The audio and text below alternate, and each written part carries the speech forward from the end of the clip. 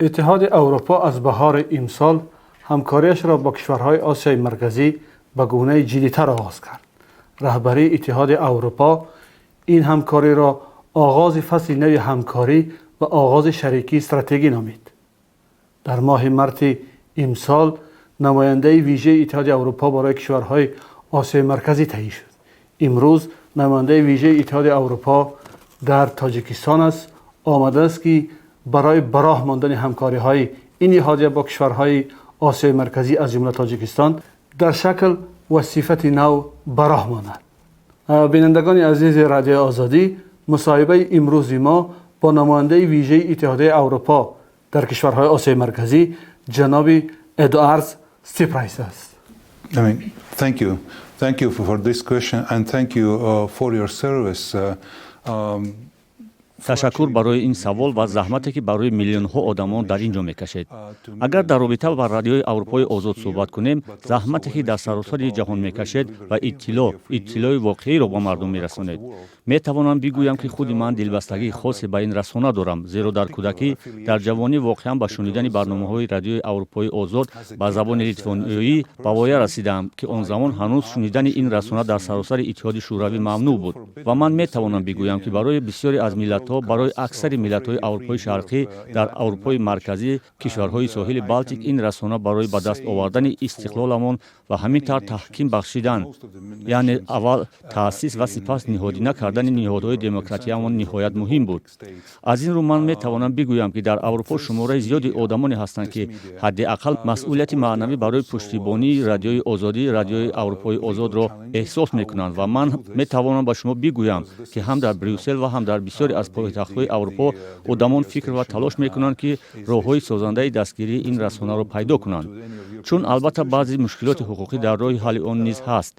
طوری میدانید این رادیو به هیچ مؤسسه اروپایی تعلق ندارد، اما درک پوره ضرورت حفظ این میراث وجود دارد که آن تقریبا 80 سال پیش برای نشر اخبار واقعی به میلیون ها نفر پایه‌گذاری شده است. In broadcasting true information, as I said, to millions of people.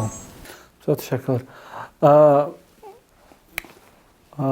جناب سفیر، بهار امسال اتحادیه اروپا در نشست سمرقند همکاریش را با کشورهای آسیای مرکزی به طور بسیار جدی‌تر به راه ماند و رهبری اتحادیه اروپا این شروع یک فصل جدید و آغاز همکاری‌های استراتژی نامید و در اظهارات هم که مثلا رهبران گوناگون مقام اتحادیه اروپا میدادند دیده میشد که توجه بیشتر به مسائل اقتصادی است.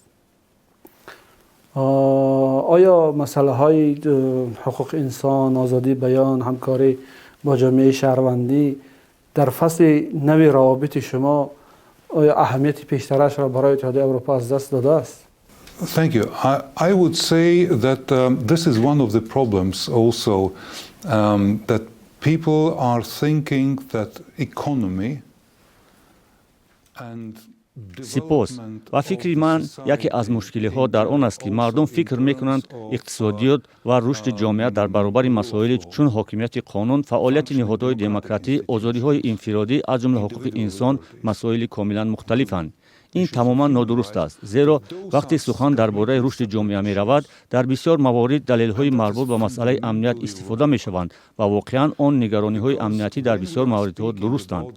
ما می دانیم که آسیای مرکزی در یک محیط جغرافیایی خیلی مشکل، در یک همسایگی خیلی دشوار قرار دارد. همچنین کشورهایی هستند که اکثریت اهالی آنها نیز پیرو این یا آن شاخه اسلام می باشند. همینطور آنها زیر فشار شدید، فشار بیرونه، این چنین احتمال بنیادگرایی های جامعه ها قرار دارند.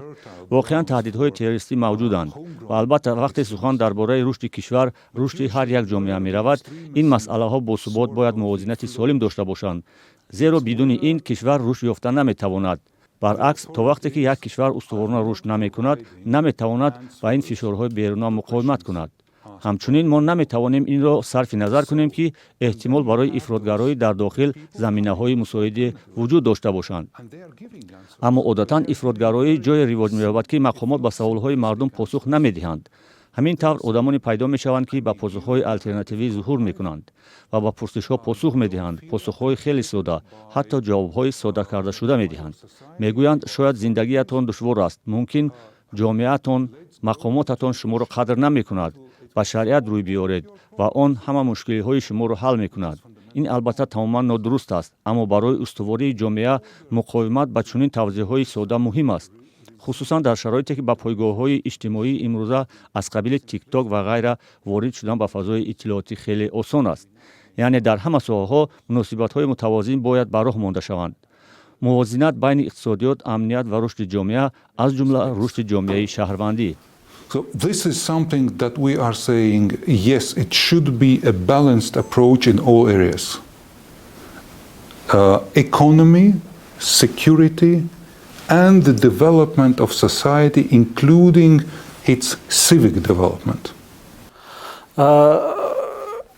جناب سپرایز، من البته میدانم که شما پیشینه کار در کشورهای آسیای مرکزی را دارید و تا اندازه با آنچه که در این جغرافیا میگذرد آشنا هستید، ولی میخواستم با سوال کنم که آیا قبل از اینکه به این وظیفه تعیین شوید درباره وضع حقوق انسان در منطقه، در کشورهای گوناگون منطقه از جمله تاجیکستان آشنایی داشتید یا که آشناییتون بیشتر کردید و امروز از نگاه شما مشکلات اساسی در مسئله حقوق انسان در کشورهای منطقه و از جمله در تاجیکستان از نظر شما چی است؟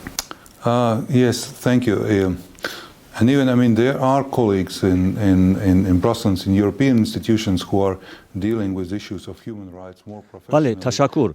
дар брюссел дар ниҳодҳои аврупоӣ ҳамкасбоне ҳастанд ки ба масъалаҳои ҳуқуқи инсон ба таври ҳирфаӣ мушаххастар сару кор доранд. лекин ин ҳам бахше аз ваколатҳои ман аст ва ба таври каме пештар аз ин ишора кардам, масъалаи ҳуқуқи инсон чизе нест ки мо дар иттиҳоди аврупо ихтироъ карда бошем ва ба дигарон ба зур таҳмил мекунем. пеш аз ҳама ин ба манфиати ҳар як кишвари осиёи марказӣ аст. аз он нигоҳ ки бидуни эҳтиром ба ҳуқуқи инсон, риояи ҳокимияти қонун, низоми мустақили додгоҳӣ, шумо воқеан фаъолияти пурсамари давлати худ, ҷомеаи худро таъмин карда наметавонед. бале, шумо метавонед онро муддати идора кунед, аммо ин роҳи ҳалли дарозмуддат ва қобили иҷро нест. аз сӯи дигар ин усулҳое ҳастанд ки кишварҳои минтақа худро ба он мутаҳҳид медонанд. мо ҳеҷ талаби нав ё барзиёд надорем. масоили ҳуқуқи башарӣ дар оинномаи созмони милали муттаҳид, эъломияи умумии ҳуқуқи инсон зикр шуданд. кишварҳои осиёи марказӣ дар вазъияти мунҳасир ба фарде қарор доранд, зеро аз лиҳози ҷуғрофӣ дар осиё ҷойгир бошанд ҳам, вале дар фазои амният ва ҳамкории аврупоӣ қарор доранд. узви созмони амният ва ҳамкорӣ дар аврупо мебошанд. ҳуҷҷатҳои бунёдӣ дар робита бо ҳуқуқи инсон мисли эъломияи ҳелсинкиро имзо карданд. гузашта аз ин, кишварҳо барои риояти муқаррароти ин аснод масъулият доранд. шояд ин корро бо иродаи нек карданд, зеро ба ин дарк расиданд ки ин амал ба манфиати худи онҳост. ман мехоҳам бигӯям ки албатта бисёр хуб мешуд агар дар роҳи татбиқи ҳаррӯзаи ин пояҳо ва роҳандозии онҳо пешравиҳои бештар ба даст оварда мешуданд. дар баробари ин эҳтимол ба кишварҳои минтақа дар ин замина шояд фурсати зиёдтар лозим аст. аммо ман метавонам бигӯям ки дар минтақа намунаҳои хуб мавҷуданд. баъзе пешравиҳо ба даст оварда шуданд. албатта дар ҳама кишварҳо баробар нестанд.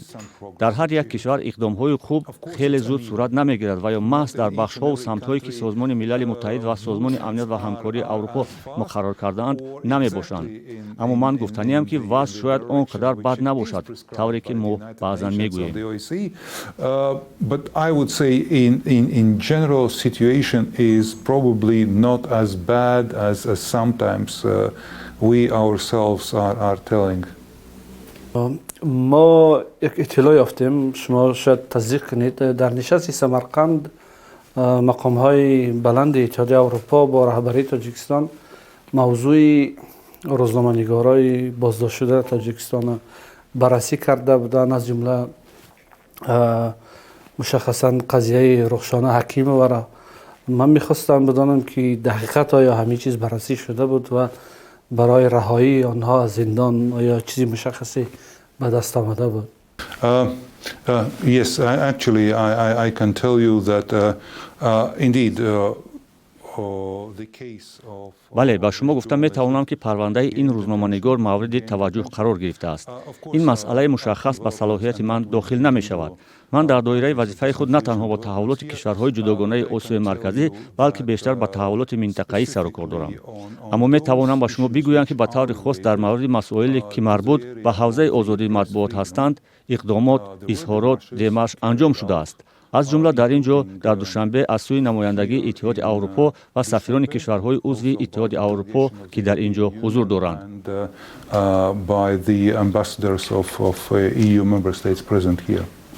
فرمت نوی همکاری اتحادیه اروپا با کشورهای مرکزی در جغرافیای شما میخواد این رشد دهید که در اینجا به طور سنتی روسیه حضور دارد که حوزه نفوذی اطلاعاتی و ژئوپلیتیکی روسیه است، از سوی دیگر چین است، یک قدرت کلان اقتصادی که سرمایه های بسیار هنگفت به کشورهای آسیای مرکزی میدهد. شما برای بالانس با این رقیبانتان در منطقه با سرمایه های کلانی هنگفت چین و این نفوذی که روسیه دارد فکر میکنید تا کجا موفق میشید که در این همکاری ها رقابت کنید و چیزهای بسیار مشخصی به دست بیارید؟ First and foremost, our cooperation with countries of the Central Asia, with this region, пеш аз ҳама ҳамкориҳои мо ба кишварҳои осиёи марказӣ ва ин минтақа бар алайҳи касе равона нашудааст. мо дар ҳолати бозии бузурги нимаи дуюми асри 19 нестем ки он замон империяи бритониё бо империяҳои рус дар рӯёрӯӣ қарор гирифта барои тақсим кардани осиёи марказӣ миёни ҳамдигар талош мекарданд. ҳарчанд ба таъсиси ин марз дар 5 ҷо амударё муваффақ шуданд ки дар натиҷа бритониё назорат ба Афғонистон ва империяи Русия бар минтақаҳои шимолии онро ҳифз карданд. аз назари ман ҳар як формати ҳамкорӣ бартарӣ ва камбудиҳои худро дорад. ин ба худи минтақа, ба кишварҳои минтақа ва интихоби озодонаи онҳо бастагӣ дорад ки дар кадом бахш бо кӣ ҳамкорӣ кунанд. мо рақобат намекунем, аммо масоиле ҳастанд ки ба фикри ман Аврупо метавонад дар муқоиса ба бозингарони дигар дар минтақа каме ё ба маротиб беҳтар иҷро кунад. ин танҳо ба сармоягузорӣ ё интиқоли маблағ марбут нест.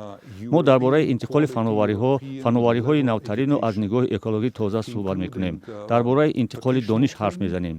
ин бахшҳое аст ки аз ҷониби ҳамаи 5 раҳбари кишварҳои осиёи марказӣ ба таври хос дар миён гузошта шудааст. чуноне ки гуфтам, онҳо ба стандартҳои аврупоӣ, таҳсилоти сатҳи аврупоӣ, аз ҷумла омӯзиши меъёрӣ барои омода кардани насли наве ки бо ин фановариҳои навтарин кор карда метавонанду тафовути рушдро байни кишварҳои осиё, Иттиҳоди Аврупо, Иёлоти Муттаҳидаи Амрико, Русия ё Чин аз байн бурда метавонанд, бештар ниёз доранд.